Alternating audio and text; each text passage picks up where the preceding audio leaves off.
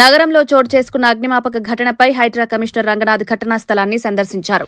ప్రమాదం జరిగిన ప్రాంతాన్ని ప్రత్యక్షంగా పరిశీలించి అధికారులతో వివరాలు తెలుసుకున్నారు. అగ్ని ప్రమాదం ఎలా జరిగింది, నష్టం ఎంత జరిగిందనే అంశాలపై సమాచారం సేకరించారు. భవన నిర్మాణాల్లో భద్రతా ప్రమాణాలు తప్పనిసరిగా పాటించాలని హెచ్చరించారు.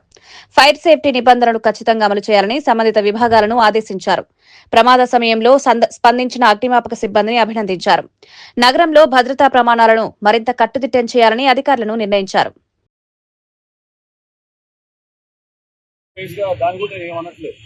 ఈ మన డిండిగల్ టు మియాపూర్ అంటే బాచ్పల్లి మన గండిమైసమ్మ నుంచి మియాపూర్ వెళ్లే ఈ రోడ్ లో బాచ్పల్లి ప్రాంతంలో నిన్న రాత్రి 10:45 ఆ టైంలో ఇక్కడ ఫైర్ యాక్సిడెంట్ అయింది.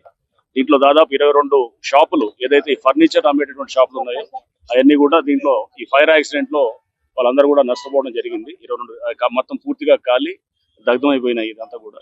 దీనికి బేసిక్ రీజన్ కూడా ఏంటంటే ఒక ఎలక్ట్రికల్ దీంట్లో అది కనెక్షన్ ఏదైతే అక్కడ షార్ట్ సర్క్యూట్ లేకపోతే అక్కడ సడన్ గా వైర్లు తెగి అక్కడి నుంచి వచ్చినటువంటి స్పార్కులు లేకపోతే అక్కడి నుంచి వచ్చినటువంటి ఫ్లేమ్ ఏదైతే ఉందో దాని ద్వారా ఇక్కడ అంటుకోవటం.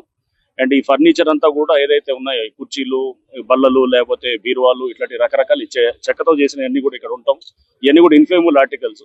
దాంతో పాటు ఇక్కడ వీళ్ళు కుటుంబాలు కూడా ఇక్కడే నివాసం ఉంటున్నారు. వాళ్ళు సిలిండర్స్, కిచెన్ ఇదంతా కూడా ఉంటుంది. అది కూడా దీనికి కాంట్రిబ్యూట్ చేసింది. సో ఒకటి మనం ఎప్పుడు కూడా గుర్తుపెట్టుకోవాల్సింది ఏంటంటే మనం ఇన్ఫ్లేమబుల్ ఆర్టికల్ అనేది మన దగ్గర పెట్టుకున్నాం అనుకోండి, దాన్ని మనం ఎక్కడి నుంచి అయినా కానీ ఒక స్పార్క్ వస్తే గనక ఆ ఇన్ఫ్లేమబుల్ ఆర్టికల్ మీద పట్టడానికి ఆస్కారం ఉంటుంది. ఇవన్నిటిని మనం తీసుకొని ఇప్పుడు ఈ వైరు కాలుతుంది అని ఎవడు అది ఊహకందని విషయాలు ఇట్లాంటి. బట్ అయినా కానీ కూడా మనం విపత్తులు నివారించాలంటే ఇవన్నీ కుర్చీలు, బల్లలు ఇవన్నీ వుడెన్ మెటీరియల్. ఈ మన డిండిగల్ టు మియాపూర్ అంటే బాచ్పల్లి మన గండిమైసమ్మ నుంచి మియాపూర్ వెళ్లే ఈ రోడ్ లో బాచ్పల్లి